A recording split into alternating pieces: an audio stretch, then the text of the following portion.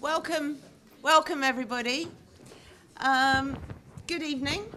I'm Helen Margetts. I'm the director of the Oxford Internet Institute, and it's my great pleasure to introduce tonight, first of all, our distinguished inaugural lecturer, Ethan Zuckerman, but also this particular series of lectures, which we are calling the Bellwether series of lectures. And our idea with this lecture series is to bring to the Oxford Internet Institute some people who are really looking into the future of the relationship between the internet and society, looking into the future of the internet and society, rather than looking to the past. So we've called it the Bellwether series because we believe that all our speakers, starting with Ethan, are truly creative thinkers at the forefront of their disciplines. And they'll fulfill the modern definition of bellwether, which for your information is an entity that serves to create or influence trends and to predict future events. Heavy responsibility, I'm sorry. The term derives from Middle English, and which actually originally referred to a castrated ram, a wether, with a bell round its neck, leading a flock of sheep. Happily, that term is not applicable to our speaker or our audience, of course, and we expect you to be not following like a flock of sheep, but to be critical and engaging, and there'll be plenty of time for questions at the end. So just before I go on to introduce Ethan, I'd like to congratulate Willy Leydonveerte, who's here, and Greg Taylor, who's here from the Oxford Internet Institute, who've done a really excellent job in arranging this series of lectures, along with Pauline Smith, and for attracting such an eminent speaker as Ethan. He's the absolute perfect inaugural lecturer. So Ethan is the director of the MIT Center for Civic Media in the MIT Media Lab. But that's a really distinguished title,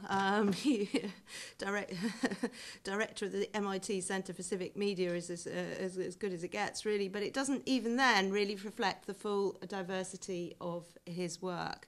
He's a truly cosmopolitan thinker. He's the co-founder of Global Voices. He's got a blog from 2003, which he calls his online home or his internet home, called My Heart's in Accra. He's on the board of Ushahidi, the Open Society Foundations, and a host of other NGOs, too numerous to mention. All of that gives a sort of hint of a very broad horizons and global reach of his thinking. At the same time, he's realistic rather than utopian about the extent to which the internet is actually fueling cosmopolitanism. He describes his book, Rewire Digital Cosmopolitans in the Age of Connection, as being based on his experience as a blogger, an activist, and a scholar of digital media, in which he offers his perspective on how digital media does and doesn't give us a rich, nuanced view of the world, and why we need a diversity of perspectives to thrive in a world where the most interesting ideas are ones that cross borders. And I think that sums it up very well, and also sums up perhaps why we're particularly glad to have him here at the Oxford Internet Institute, because diversity, I think you could argue, is needed on many levels. We need geographical diversity, we need methodological diversity, and Ethan and I have just had a very interesting discussion about the sort of similar and different methodologies that are being used in our respective institutes to look at the same issues and in some cases come up with similar conclusions. We also need academic multidisciplinarity. At the Oxford Internet Institute, I think we could claim to have specialists in at least 12 academic disciplines now, spanning all 4 divisions of the university, from physics to philosophy. Not that I'm not suggesting that there's lots of synergies between physics and philosophy. And that makes us, really delighted to welcome Ethan here. So we're really pleased to have it with you, have you with us. When we've finished, Ethan's going to take some questions, and then after that we invite you for a drink outside, so you're incentivized to stay. Okay, thank you, Ethan. Thanks.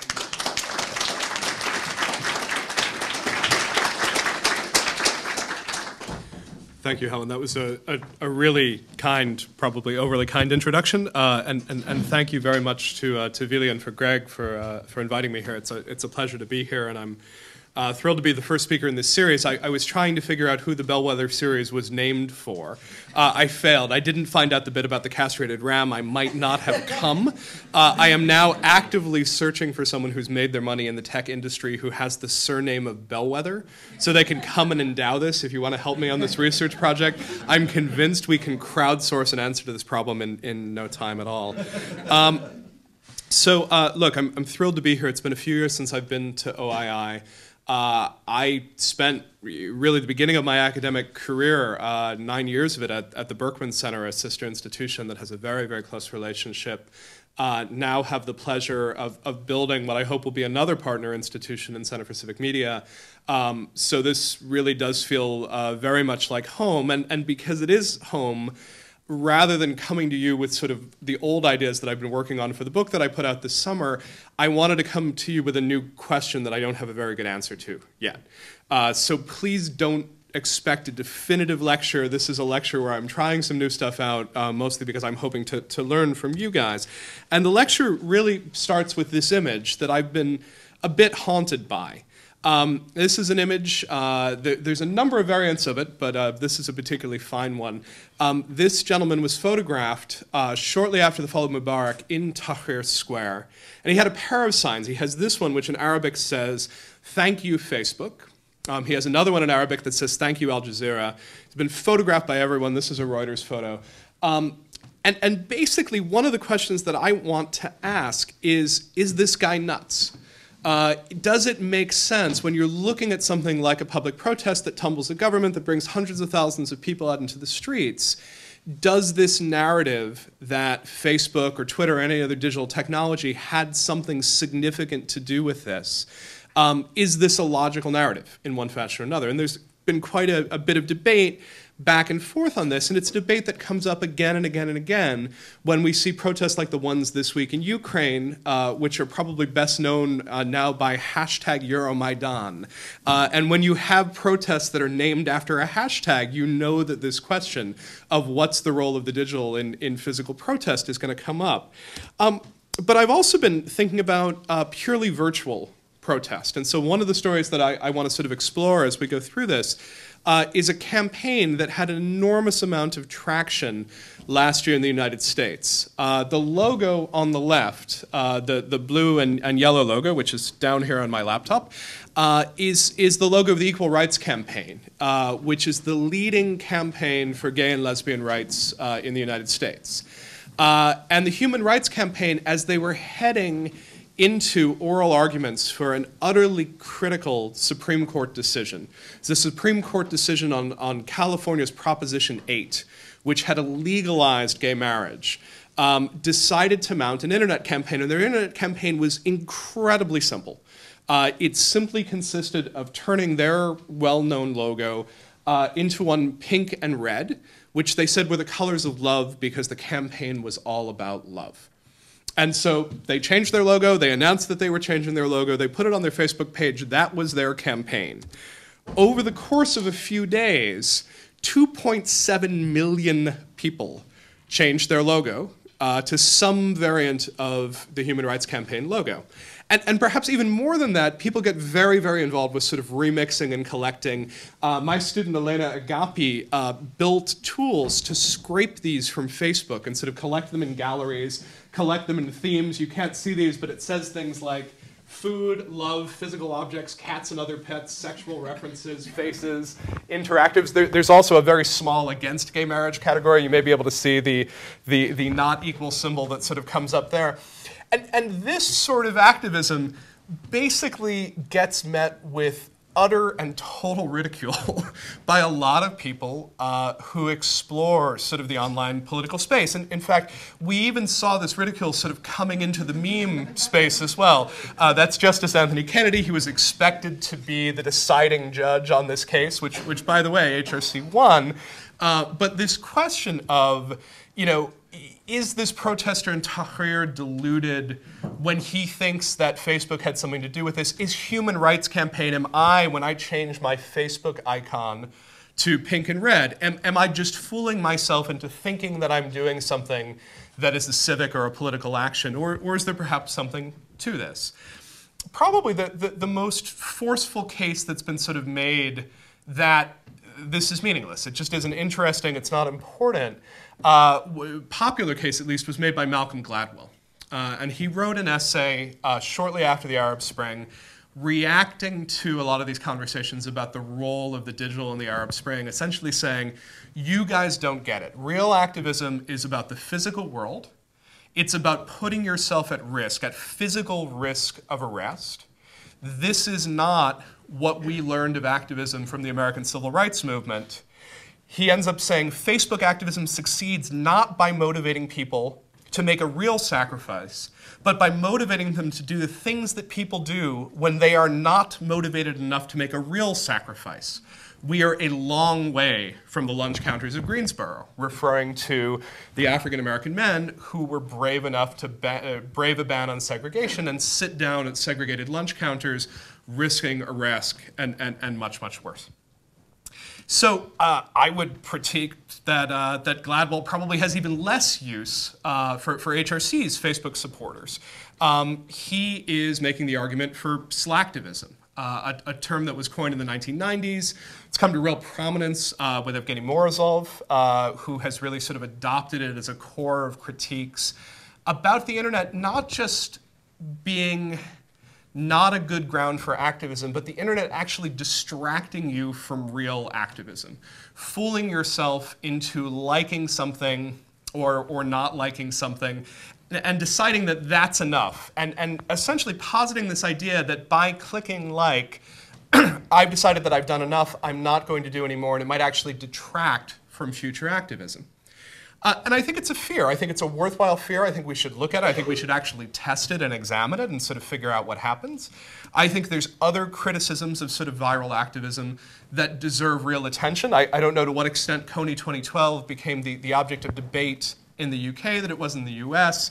For those of you not up to speed on it, this was a massive campaign mounted by a charity called Invisible Children to try to bring prominence to Joseph Kony, the Central African Republic warlord, who 10 years earlier had been responsible for an extremely bloody war using child soldiers, but who is now largely impotent and sort of lost in the jungles. And basically a campaign that said, the left and right in America can't agree on anything right now, but we can agree that this guy Kony is a jerk. And this campaign was incredibly successful at gaining attention, incredibly successful at gaining momentum. 100 million people sign on to it very quickly, watch the video in the course of 6 days. But there's a good argument that what this really is not just slacktivism, but it's slacktivism being used as a way to sort of exploit vulnerable, naive young people who don't understand how change in the world really works. I really don't like these critiques. And it's not that I think that they're wrong. I think they're partially right. But I think they start from this position of extremely bad faith. I think they basically start by saying, let's start with the assumption that everybody's an idiot and being misled, and then let's move from there. And if you want to start from the assumption that everybody's an idiot, you can actually get quite far with your arguments. You can sort of support almost anything on that. But I want to start from somewhere else, which is to sort of say, what if we start from the assumption that people are having a really hard time figuring out how to be effective civic actors? You can look at people who are finding out about the Prop 8 case because it's coming in front of the Supreme Court and saying, wow, I'd really like to do something about it, and perhaps if they could go back in time, perhaps they would have supported the Human Rights Campaign before Prop 8 got on the ballot. Perhaps they would have voted for a different presidential candidate and changed who a Supreme Court justice would be. But at this point, how are they able to have political influence? If you find out about a situation and you're trying to take part, how do you go ahead and do this? And I worry about this idea that we tend to look at most online activism and sort of dismiss it as slacktivism. We dismiss it as not being particularly helpful. When we look at real-world activism, we have this very interesting double standard. If you are in a part of the world where physical protest is the only path to change, if you're in a dictatorship, And particularly if you're taking physical risk, we tend to feel like, yes, that's laudable, we're very proud of you, go Tahrir youth. If you're in a country where it isn't the only path to change, it tends to be viewed as fashion, as personal self-expression. If you sort of think about the real ridicule Occupy went through during the course of the movement, of people essentially saying these are people playing at being activists of one fashion or another. So while we're having this debate about what's real activism, what's not real activism, there's an interesting backdrop, which is that in the US, at least, there's an enormous amount of debate about this idea that public life, and specifically civic life, is in crisis. And a lot of this comes from a book by Bob Putnam at Harvard called Bowling Alone, where he argues that we're losing community capital on all sorts of different levels. We're not joining bowling leagues anymore. We're particularly not joining voluntary organizations. And the fact that we're not joining these organizations in the physical world is going to degrade and detract from our civic interactions in one fashion or another. And this narrative, which has gotten a lot of cultural currency, and it's one of those books sort of so provocative that there's basically like a field of Putnam studies. Like, you can find people arguing data cases on both sides of this issue.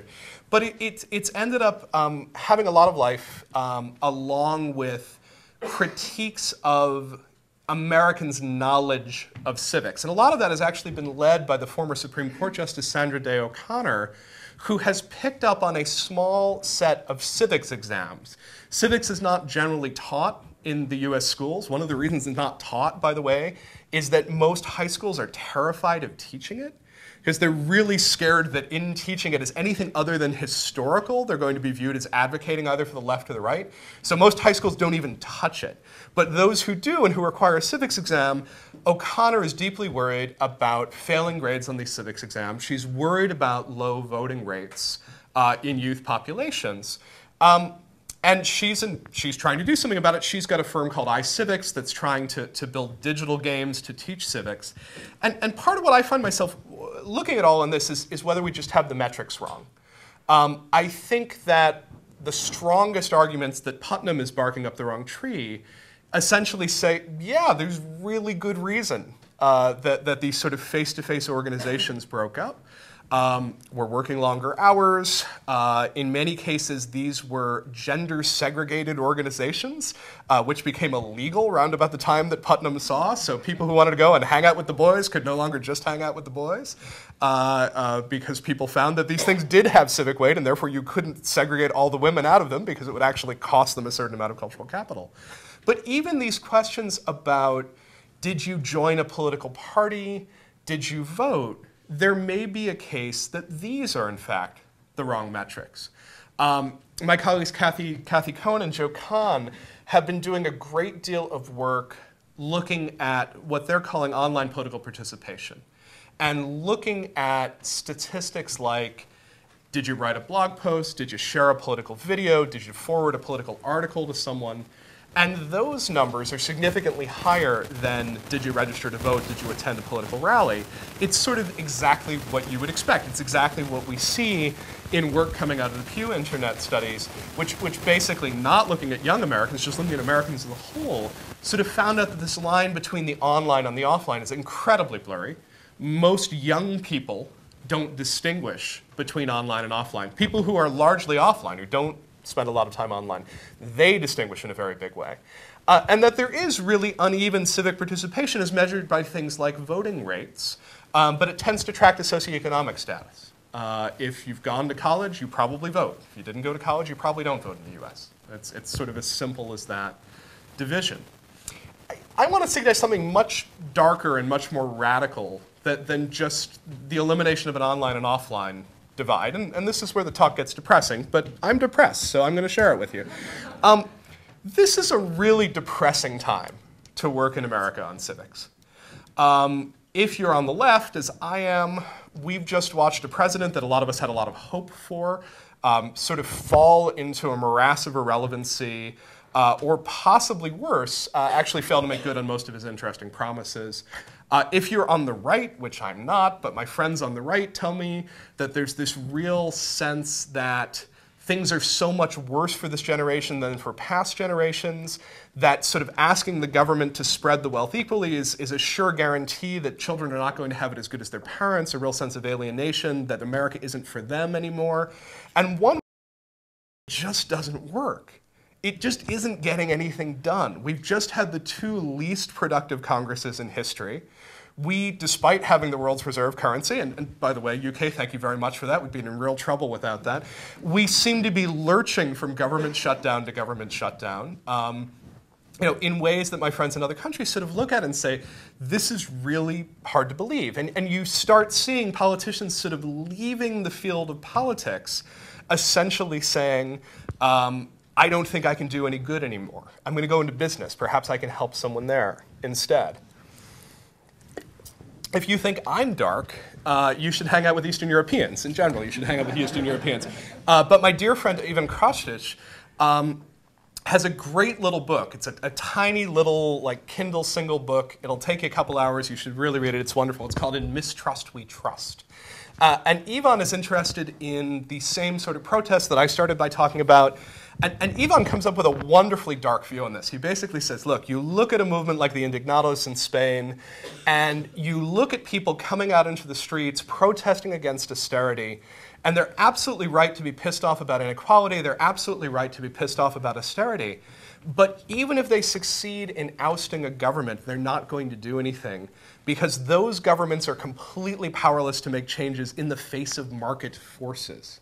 If you wanted to go and increase government spending and actually put people to work, you will be beaten up so badly in terms of your interest rates that you will not be able to survive in power. You can protest for political change, but political change cannot actually accomplish the goals that you want, and there is no way that you can protest these economic forces. And that's where the book ends, by the way. So if you're looking for the happy ending of it, there is none. But it's an interesting critique to sort of throw forward. So look, this may be too dark, but one way or another, I'm starting to wonder whether there's a plausible reason for disinterest in civics when civics is defined as traditional political participation. I'm wondering if there's a good reason that when I talk to activists around the world and I sort of say, wow, that's an amazingly political project you did, they go, whoa, whoa, whoa, whoa, whoa, that's not political. That's activism, or that's volunteerism, or that's a social project, but it's never a political project they really don't want to be identified with. There's Ron Fournier, the former Washington bureau chief for the AP, has been doing this wonderful survey of American millennials trying to figure out their attitude towards civics. And he comes out with this wonderful problem where he basically says, these guys are amazingly good volunteers. And again, there's sort of a fun backstory behind this. If you want to get into a decent university in the US right now, it's so competitive that you better have 10 hours a week of volunteering on your resume in high school. It turns out that people get to like it, and they keep doing it in college, and they keep doing it after college, and we've sort of generated, through the college admissions process, a generation of volunteers. You ask these same people if they want to go into public service, and less than 2% are interested in going into public service. You hang out at a place like the Kennedy School at Harvard, and you ask people, are you going to go in government? And they laugh at you. You know, they have no interest in, this is Kennedy School of Government. That's not what they're there for. They're looking for change, and for them, change has absolutely nothing to do with what you could do in politics. So if young people are disenchanted with politics, and whether they're right to be or not, whether you buy my depressing argument, Ivan's even more depressing argument, whether they are right to be disengaged or not, how do we help them be effective? And for me, that's my question. I presume that there are a lot of people out there, a lot of people who grew up with the internet, some of whom are interested in this question of how do they get involved with their communities, how do they bring about change, and I'm interested in how we help them. And the guy that I'm trying to learn from on this is this guy, Michael Schudson. And Schudson is a scholar who is not as well known as he should be. And even if you all know him and are nodding your heads, he still should be better known. This is a really smart dude. He's a sociologist of journalism. He's written some very smart stuff on that, but he wrote this book called The Good Citizen at the end of the last millennium that I found incredibly helpful. And what this book does is really simple. He basically says this model of citizenship that most of us know about is a model that he calls the informed citizen. Now, in the model of the informed citizen, we expect a citizen to read a newspaper or to watch broadcast news. We expect that you're up on the issues of the day. We expect that you're going to vote in elections. We particularly expect that you're going to vote when you have a direct vote on legislation. So direct voting on legislation, voting on ballot initiatives and such. It's a big lift. We're asking you to do a lot because we respect you as a citizen. Are you up to the task? And he looks at this and he basically says, no, of course we're not up to the task. Because, I mean, that's not what happens, right? He starts the book by talking about helping run a polling station in San Diego where he's teaching at that point and realizing that the California State Voter Guide that you're supposed to read before you go in and vote is 450 pages thick.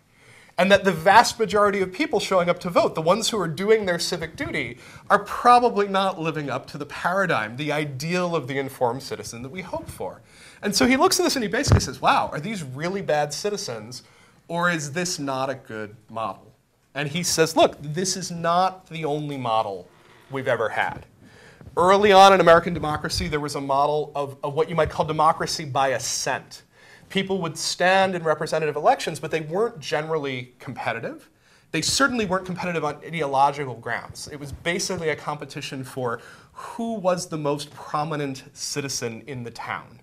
The landed men who would vote in public. You would show your ballot, and you would step over to the person you had voted for who would give you the glass of rum punch. And that's how we voted. And that was the model for a good 70 or 80 years before you have the rise of political parties, which then handed out the rum punch ahead of time, which turns out to be far more effective in getting people to vote for your party. We don't get to this informed citizen model until the progressive era, at the beginning of the 20th century, where people start saying, by the way, this is where the temperance movement comes out of. Stop the rum punch. I want you sober before you vote. I want you to make an intelligent decision. Muckraking journalism. We're going to give you all the information you need to be a great citizen. You're going to go and do it. And voting rates in the United States dropped from 70% to 30%. So the entire practice of voting changes as we sort of move into this. And the other thing that Schützen says that I find really, really helpful is he basically says he thinks that era's over. He thinks that with the Greensboro lunch counter, with the civil rights movement, we actually start moving into an era of rights-based citizenship where the courts are more important than the legislative branch. And he thinks we may be moving into a space where now it's about monitorial citizenship. All of this push towards transparency, towards releasing information. Our job is to be monitors of the institutions of power, to figure out whether the resources are being allocated the way that people say they are, whether people are doing what they promise to do. It doesn't matter to me whether Schützen's models are exactly right. What does matter to me is this idea that these models change over time, and that this idea of civics that's still very much taught in the United States, I suspect taught in a lot of other countries, may simply not be very representative of what's going on right now. What I'm actually sort of wondering is whether than being really, really bad at old civics, we might actually be starting to get good at new civics. That if this whole nature of what it means to be a civic actor is changing, we would expect that we would be failing on some of those old metrics, and we would be working on these questions of what do these new metrics work on. So what I'm interested in is this question of, if there is this new civics, what does it look like, what's good about it, what's bad about it? And I'm going to say a few times, and if I don't say it enough, you can say it for me. I am not here to celebrate or advocate for this new model of civics. There's actually a lot of what I'm seeing when I sort of look at this space that terrifies me, because I think it leads towards some really interesting and intractable political problems that I don't have good solutions to. So my goal here is sort of to be descriptive and not normative, but to try to give a sense, and it's an anecdotal sense, of what I'm seeing out there and how I'm starting to think about it. So the first thing that I would say is that this model of civics puts a very heavy weight on participation. This makes sense. This is a model of civics that's really being pioneered by people who've grown up with the internet, who are used to the notion of being able to say what they want to say, share what they want to share, get whatever information they want, but really to inscribe themselves on public and social processes by creating media. And you're starting to see a lot of ways to be a civic actor that involve inscribing yourself. You have a way of making a very specific choice and seeing your very specific impact. You don't necessarily give to Oxfam, you give to Kiva, where you pick an individual, you get to see how much of your loan gets that person towards the money that they're getting. You may or may not get your money back, you probably do. But one way or another, you're establishing your personal relationship, your personal impact on the person in the developing world that you're working with. In something like Donors Choose, which has become a very popular way to try to fund the massively underfunded education system in the United States, where you can, as an individual teacher, say, hi, here's something I'd like to do in my classroom, and if we only had a government that still had a tax base, we'd do it. You can give me money to do this very specifically. I need a small work table. This person is raising $358 to get a work table for their classroom in my hometown of Pittsfield, Massachusetts. And if I think this is something worthy that I want to be a part of, I can jump in, I can support it directly, I'll have that personal relationship, I can see my impact on this specific project. Kickstarter is probably the most dramatic example of this. Not necessarily supporting an opera company, not necessarily supporting a museum, but supporting not just a specific artist, but a specific work of art or a specific product that you want to get. Now, there's a lot of arguments with this. You can argue that this isn't doing a very good job of supporting art on a broad scale. You can look at the mainstream arts organizations that have tried to support themselves through something like Kickstarter. We just watched the second opera company in New York City, a company that called itself the People's Opera, try to raise $1 million on Kickstarter, fail, and go out of business. You know, we could look at this and essentially say, you know, long live the new, out with the old, or we could start having some worries about, you know, what are we actually kickstarting? Where for me this gets really worrisome is where we move into a realm that people are starting to call civic crowdfunding. I have a very smart master's student doing a thesis on the subject of civic crowdfunding. He was involved with a project called Space Hive in the UK, which was one of the first firms around this. We now have one called Neighborly in the US. Civic crowdfunding goes after projects that you really think a government probably should be doing, like maintaining your sidewalks. And essentially says, since the government's not going to do it, perhaps we could get our neighbors together and find a way to do this. Now, one version of this is great. You're getting people off their couches. You're getting them involved with local politics, local civics. They're proposing solutions to problems that bother them in the community, and they're finding ways to raise money around it. There's some problems as well. You're a whole lot more likely to be able to fix your sidewalks if you're in a wealthy, well-wired neighborhood where people have the disposable income to essentially tax themselves again. There's a really interesting question about, is it okay to buy your own public services and sort of opt out of essentially the redistributive mechanism of taxation? You could go even further and essentially say that something like civic crowdfunding is the ultimate undercutting of public goods, something that's been going on in the US, you know, since Reagan, for you guys since Thatcher, kind of the assumption that private markets will take care of everything more efficiently than governments can actually do. And that the things that we really do hope governments will do will finally put it out to the market. So, like I said, I'm not wholly convinced that these are positive trends, but it does seem that this trend of how do I involve myself with my money, with my voice, with my Facebook icon, this appears to be one of the characteristics of this politics. Another characteristic of this politics seems to be that it's very much driven by your passions. One of the arguments that happened about the 2012 campaign is you have people who work on Africa for a living, like me, standing up and essentially going, I got a list of 99 problems in Africa and Coney ain't one. It just doesn't make the top 200 or 300. This is not something that any of us are worried about. And then Africans sort of stepping up and saying, whoa, whoa, whoa, whoa, whoa, guys, like this is a lousy narrative for us. Northern Uganda is actually kind of a nice place to be right now. We're trying to do business development there. You're hurting us. And the response essentially being Jason Russell of Invisible Children standing up and saying, I really care about this. I sincerely, truly believe in this. And I have other people who sincerely, truly believe in this. This is the thing I most want to work on. Are you going to stop me from working on it? And a lot of people essentially saying, no, I get it. Like, this guy's really passionate about this. I'm going to stand behind him. I'm going to work with him. Passion is another one of these things. It's a double-sided word, right? Passion is great, it animates us, it gets us involved, but we also commit crimes of passion.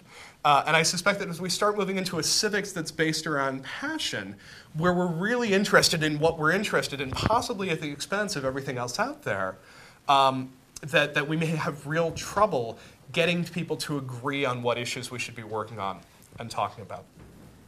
This whole debate about new civics, old civics, slacktivism, new energy, bringing people in from the sidelines versus having people do really ineffective work, brings me back about 10 years. And the debate 10 years ago was bloggers versus journalists. In that debate, the bloggers were always in their pajamas. I put the blogger in the pajamas. And the journalists were always hard-bidden professionals. And that debate looks really silly now, right? So the debate 10 years ago basically went, these bloggers, they're unaccredited, no one's paying them for their work, no one's checking it out. None of them will ever break an important, relevant story. Paging Glenn Greenwald. And then on the other side of it, there were bloggers essentially saying, we don't need the mainstream media. We'll be able to do this on our own. We're not going to need anyone to protect us from a parliamentary inquiry. We're not going to need lawyers to try to protect us from the work that we're going to do.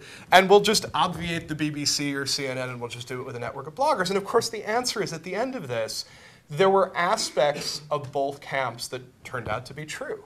It turns out to do serious investigative journalism, it really helps to have lawyers. And it really, really helps to have editors. It turns out, however, that people break important stories all the time. And so the reason this debate was so frustrating for those of us involved with it is that all social media is not the same thing. And when you start looking at social media and you essentially say, oh, these people who think that social media is going to be so important, they're idiots. All they're doing is photographing their lunch on Instagram.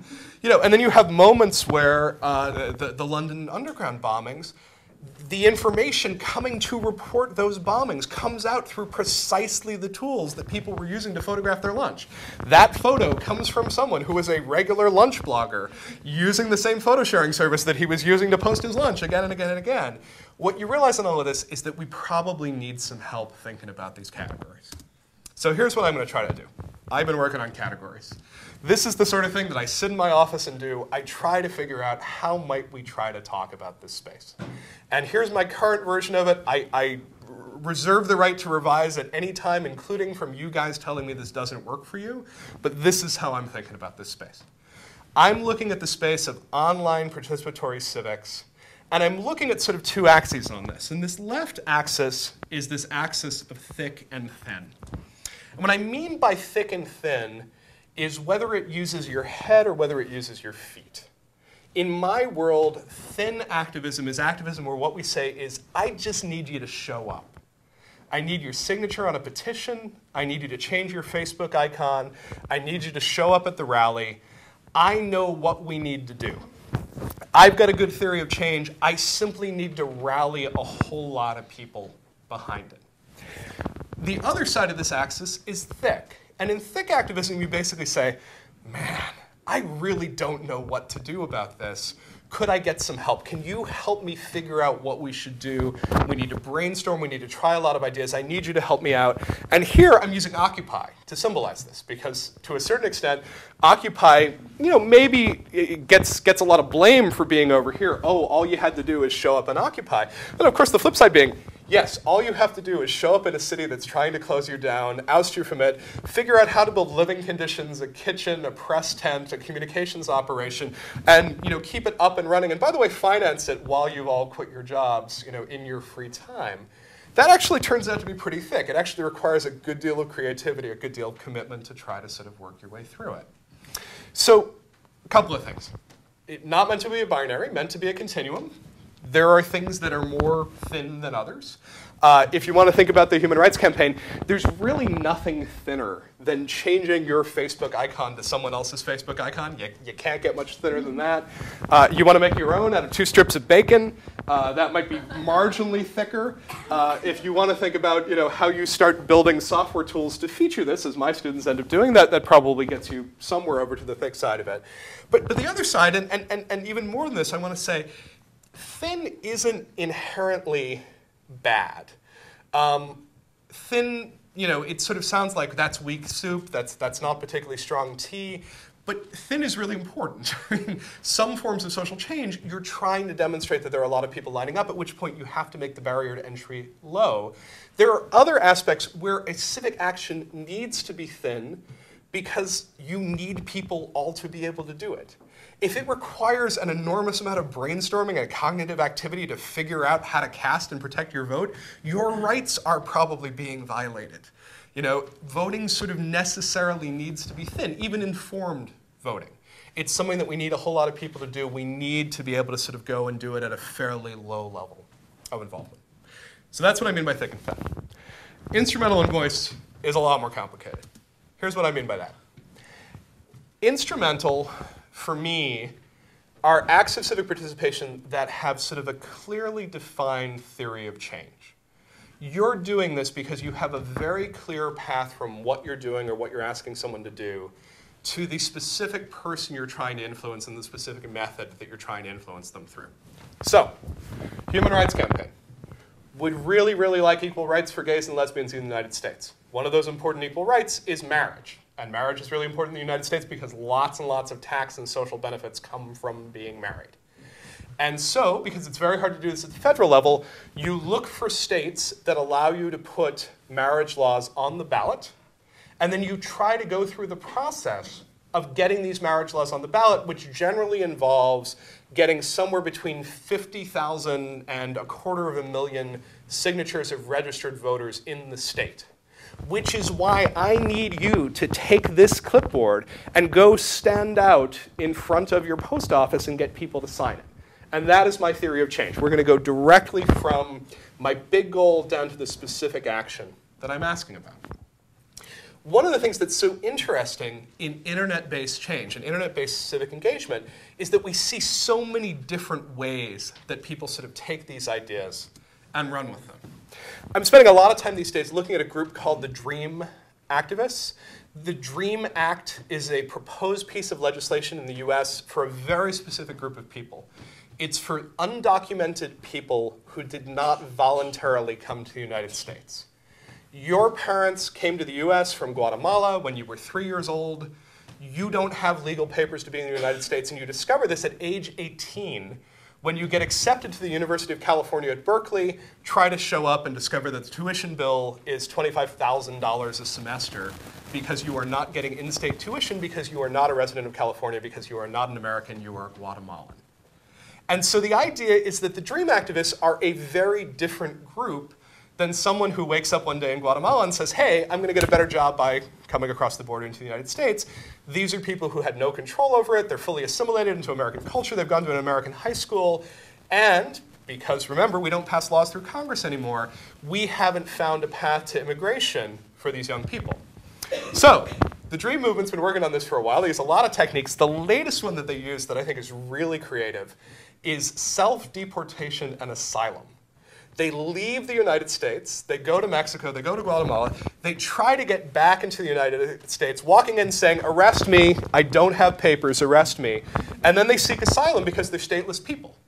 Because they don't have residency, they don't have any cultural ties to Guatemala, and they try to use the asylum process as a way to unstick the stalled immigration process. So I think that's interesting. I think that's exciting. I think the social media campaign around it is really fascinating. But the reason I raise it more than anything else is what I'm interested in are the different techniques people are now using for sort of instrumental civics. And the way that I've started thinking about this is through Larry Lessig. It's often a good idea to think things through Lessig. He's a bright guy. In this case, what I'm interested in is the argument that Lessig makes in code is that we regulate technologies through a specific set of channels. We sometimes regulate them through law. We basically say, you can't steal the content that's on it. I've already screwed up by saying steal. You can't use the digital content on my laptop, making a non-lossy copy of it because that would be theft. And I'm going to take you to court if you do that, and I'm going to find ways to prosecute you. But we also find other ways to restrict it. We control through code. We make it very, very hard to copy sorts of files. We bake that into operating systems. We try to control it through norms. We call it piracy rather than sharing. So we try to set up a normative case for you should do this and not that. And we go after markets. We try to make certain behaviors very expensive. We might sue file sharers and try to find them. We might make purchasing files very, very cheap. So we have at least 4 channels we use for this. And I'm starting to see, in addition to the sort of legal channel that someone like the Dreamers are using, I'm seeing these other 4 channels come into play. So I look at these guys, these fun Icelandic guys building Mailpile. Mailpile is a great response to the Snowden revelations, which basically says, can we try to increase privacy in email by making a really easy to use PGP-enabled mail client? This is a code hack, right? So you're basically saying right now it's really hard to get pervasive privacy within the sort of email services that most people use. If we lower the barrier to entry, suddenly that becomes possible, and suddenly we might change behavior around it. So activism around code. We see some really interesting stuff going on around norms. Carmen Rios is a young woman in Washington, D.C., who got very upset about a case in the US called the Steubenville rape case, in which a young woman was raped by high school athletes, and decided that the change that she wanted to see was education about sexual assault happening within high school athletics. So not in the classroom, but actually happening on sports teams, because she was worried about a culture around US high school athletics that seemed to be leading to a lot of sexual assault coming from athletes. And so she got 70,000 petition signatures, got the leading National Association of Coaches to agree that they would start teaching about sexual abuse on the playing field. Pretty interesting way of sort of bringing norms into play.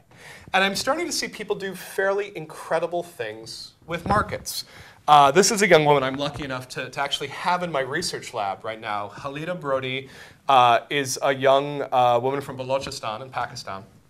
This is an incredibly gender-segregated society. When you marry in Balochistan, and you usually marry at between age 9 and 11, you move into your husband's house and you never leave that house again. Because the danger of you being seen by a man that you are not related to is so high that you are functionally isolated within the household. And Khalida had a very lucky break in this. She got raised by a father who was well-educated, who actually paid for her to be educated in Karachi. She came back from school in Karachi to Balochistan, discovered that a childhood friend had been killed in an honor killing. That someone had looked at this woman and defied the family honor, and therefore she was killed as a result of it. And Khalida did what any good 15-year-old who's outraged about something does, which is she started a Facebook campaign. She started a Facebook campaign against honor killings while living in Balochistan. This was not the brightest thing to do, and she acknowledges this.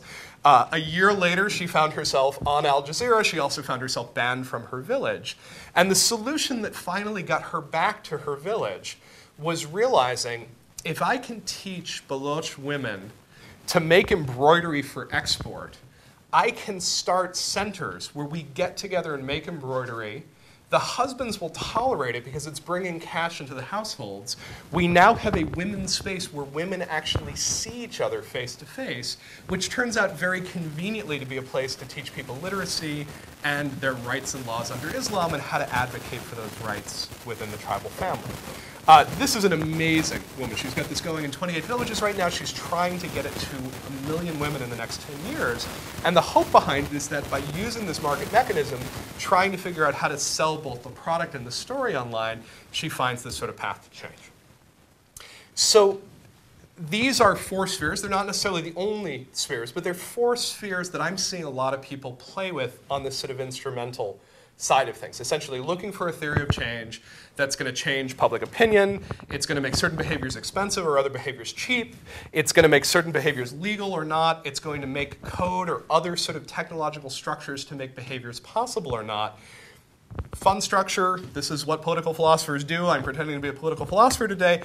Doesn't actually help us that much with the Human Rights Campaign. Right? We can look at the Human Rights Campaign and we can sort of say, well, that's norms-based change, right? This is the argument my students came up with. They sort of looked at this and they said, look, it makes sense. We know that people are more likely to favor gay rights if they have gay people in their family or in their circle of friends. So if suddenly you're going onto Facebook and it becomes very clear that everybody you know is an ally, everybody's in favor of this, that's bound to lead to some sort of social change, right? It's going to change the norms in the long run, right? And I buy it up to a point, but for me, actually, this is a pretty good example of what I think of as the voice pull in all of this. And for me, voice-based activism is activism that doesn't necessarily have a clear theory of change. It is something that you do because it is important to do, but it's actually kind of very difficult to trace its effect to the actual output of it. And the term is stolen, and steal from smart people. It's stolen from Hirschman. Hirschman wrote this lovely little book, Exit, Voice, and Loyalty. It is the best book about economics that's actually about politics. The book's really simple. Hirschman says, I'm going to try to examine something that classical economics doesn't understand, which is why, when a firm is in decline, when its quality of products are going down, why people might stay loyal to that firm. Classical economics says, you are a rational actor. As soon as the quality decreases, you are going to look in the market for a better product at the same price point. You're going to shift. But many people don't. They actually stick around either through loyalty or, and this is even remarkable to economists, because you could raise your voice to the company and say, hey, fix my Toyota. I really liked my Toyota truck. Why are you making such bad ones nowadays? I don't want you to go downhill. And voice may be really interesting within the corporation, but it's really important within the state. Because it's really, really hard to pick up sticks and move to another country. We talk about it every time in America we have an election we don't like. I threaten to move to Canada every 4 years or so. But I don't, right? And Canada doesn't want me. So it's surprisingly hard to exit. Well, there's another interesting argument about this. It's surprisingly hard to exit, so if you want to remain engaged with civics, in a situation where exit isn't possible, voice becomes essential. And I'm starting to argue for reasons why voice might make sense. Voice may be the precursor to deeper instrumental engagement, right?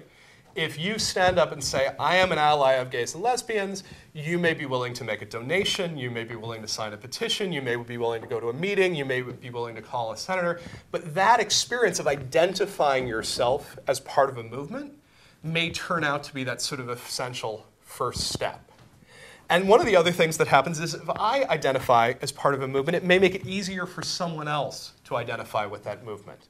Whether you're standing up and saying, I'm gay, or you're standing up and saying, I'm undocumented, if you are the only one, that is a really hard thing to do.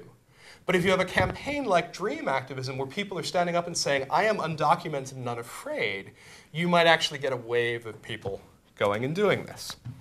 For me, the really interesting bit of this is agenda setting. This is the main thing I study these days. I'm really interested in the way that new media and old media can collectively decide what we're going to argue about and talk about as a society. If we all start talking about the Human Rights Campaign, even if it just means turning our Facebook profiles, we may start changing what we talk about. And we saw this with HRC, where mainstream media looked at this and it suddenly became a news peg to talk about the case and to talk about the importance of it and to talk about an emerging norm shift happening in America around acceptance of gays and lesbians.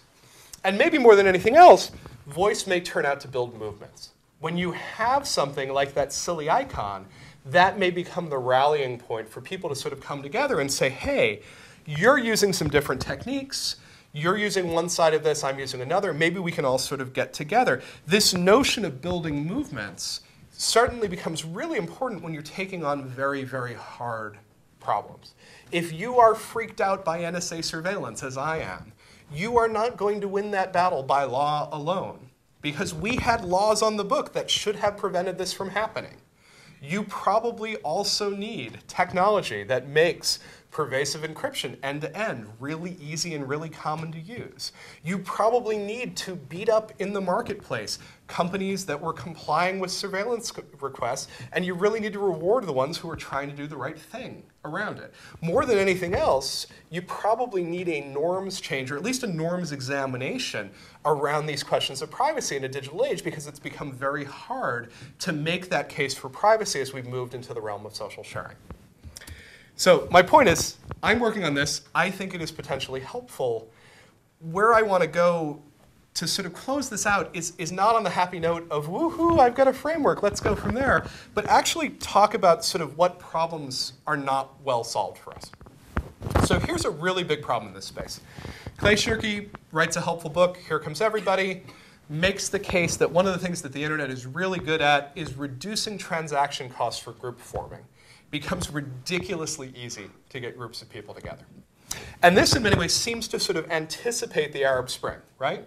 Let's bring everybody together. We'll email everybody. Everyone will know that today is the day to go and throw out Mubarak. Seems to make perfect sense. The problem with a lot of these mass protest movements is that they don't seem to get us where we hoped to go. They're really good at counterpower, and they're less and less good at counterpower over time. And they're really no good at governing power.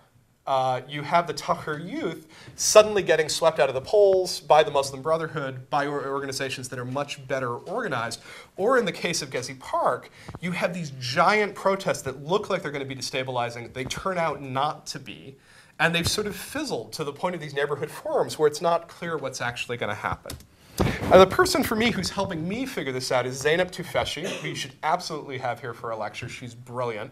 She's a Turkish sociologist currently at the University of North Carolina. And she's been studying Gezi because she's Turkish. That's her wearing her helmet. She's a mother of a small child. It turns out if you're going to study protests, it's a really good idea not to get hit in the head with the tear gas canister. So her take on this, when she tries to explain what's happening in Gezi, is she uses an analogy. And the analogy is Everest. And here's how the analogy works. It's really easy to climb Everest these days. If you've got $100,000 and you are a mediocre climber, you can find someone who will shove your butt up Mount Everest. And this is why you end up with climbing lines like this, where a ton of people are trying to get up Everest. And climbing Everest has become incredibly dangerous, because there are people up on Everest who have absolutely no business being up on Everest. And when something bad happens, they are not particularly resilient. They do not know what to do with it. In her analogy, social media is the Sherpa. It's the oxygen tank. It's the paid trip that gets you up the mountains. It used to require a whole lot of effort to get 50,000 people out in the streets. And if you got 50,000 people out in the streets, that signaled that behind the scenes you had done an enormous amount of coalition building, you had really worked on a set of common demands, you had figured out who was representing the different groups in your coalitions. And what happens now is you have the slogan for the Gezi protests being Sendigel, you come too. Whoever you are, come. All you really need to do is hate Erdogan, and you can join us. And so you have these crazy protests where you have fierce Turkish nationalists standing next to gay and lesbian Turks, standing next to Kurds. And these are people who are never going to work together. They are a completely unnatural coalition. And as soon as you strain it or stretch it a little bit, it disappears very, very quickly. And this is her argument for why we're going to start seeing more and more movement and maybe less and less change coming out of it. We may have super empowered that ability to sort of bring people into the streets. Here's what freaks me out about this.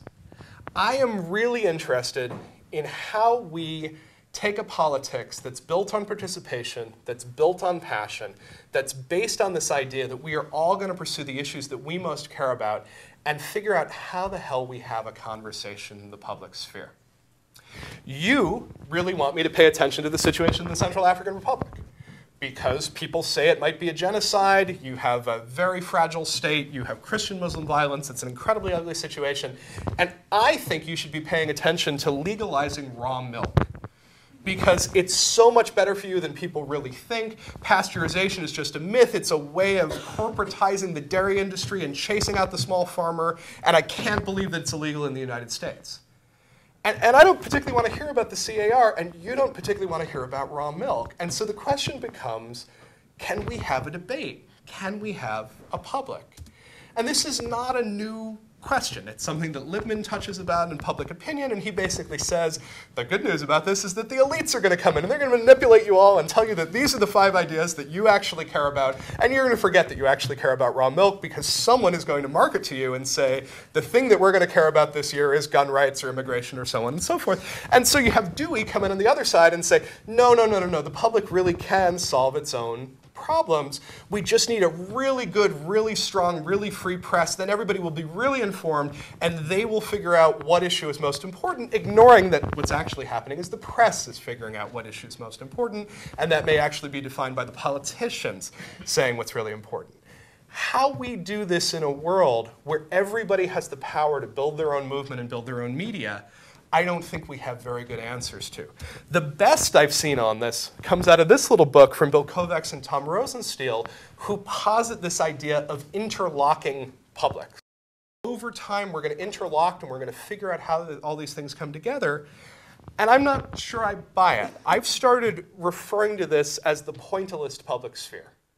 And the point of pointillism is that if you have a wide enough view, if you're really able to step back from the painting, you may be able to see the big picture, but if you're standing way close up, it's extremely hard to get beyond that single dot, that single issue, that single passion that you're paying attention to. I've done this entire talk without shilling for my book. The only way in which this talk connects to the book that I just wrote is about that argument for the importance of the wide view. But when I'm thinking about this in terms of participatory civics, I am deeply worried about this. And I'm deeply worried about if we're building a civics that lets me focus on what I care about and you focus on what you care about, and each of us marshal our own forces, do we end up with a public sphere, or do we end up with a whole lot of groups that are yelling at one another? I don't want to end there either. I want to end with a real question, because this is a question that matters for me. Because at the end of the day, I don't do a ton of research. I do a lot of advising of people who run movements. So one of the guys that I advise is this guy, Andrew Slack. And Andrew Slack had this great observation. He fell in love with the work of Henry Jenkins, a scholar who sees engagement with pop culture as a path towards political change. And Andrew Slack said, wow, people love Harry Potter. And there's a really good message in the Harry Potter books. There's a lot of socially positive stuff out there. What if we ask people to become part of something called the Harry Potter Alliance? And they've managed to get together a group of teen activists that have raised money for anti-poverty efforts and for libraries. You have teenagers essentially saying, I want to compete in the way that the houses in Harry Potter compete to raise more money and raise more attention. And he realized a couple of years ago that the Harry Potter books were going out. The rising power was the Hunger Games. And the Hunger Games is even more interesting because the Hunger Games is explicitly an activist book. And so he has launched a campaign called We Are the Districts. He's asking people to go around and make the three-fingered salute and sort of make it clear that you are united against the city, you are supporting the poor against the rich. And he's trying to build this campaign, and he knows full well this is as thin as it gets. Watching this video and posting your little salute is incredibly thin. But he's looking at this and sort of saying, look, I've got tens of thousands of young Americans. They want to do something. They want to figure out how to have an impact. There are certain tools they know how to use. They know pop culture. They know digital media. How do we help these people learn how to do civics? How do we help these people learn how to be effective? I don't have an answer to that. At the end of the day, that is the question that I'm working on right now. I come to you guys because you're really smart, and I would love to talk more about it, and I really appreciate you listening to me.